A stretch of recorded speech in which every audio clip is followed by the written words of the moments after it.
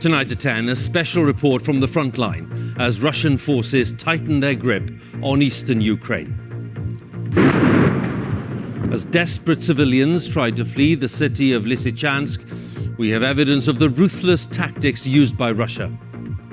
This is a deliberate tactic: bomb, shell, burn, and leave nothing but scorched earth. And in neighbouring Severodonetsk, the Russians have virtually cut off the city from the rest of Ukraine. We'll have compelling new accounts of the progress being made by President Putin's forces. Also tonight. We fight back! Despite loud protests, the Court of Appeal gives the go-ahead for the first flight taking asylum seekers to Rwanda. Taking goods from Britain to Northern Ireland. How the UK government proposes to scrap parts of the Brexit deal it signed. From Rwanda to Brexit, the government taking on the courts at home and facing accusations abroad of breaking international law. And a world first in the field of biology, mapping the genome sequence of every species in the British Isles. And coming up in the sport on the BBC News Channel, tantalisingly poised, England set up a grandstand finish against New Zealand as James Anderson breaks yet another record.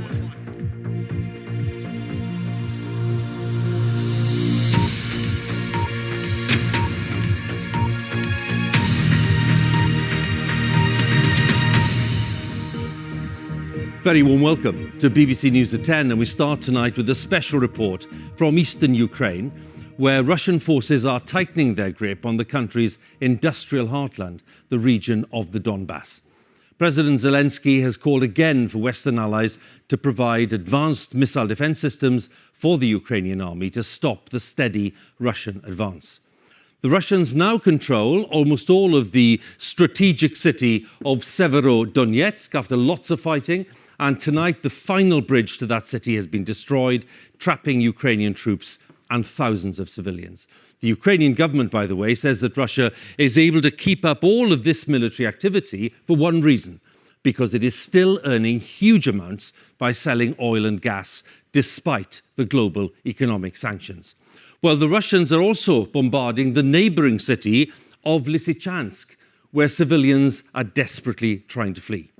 Our international correspondent Ola Girin with video journalist Colm Malloy have sent this report from the Donbass.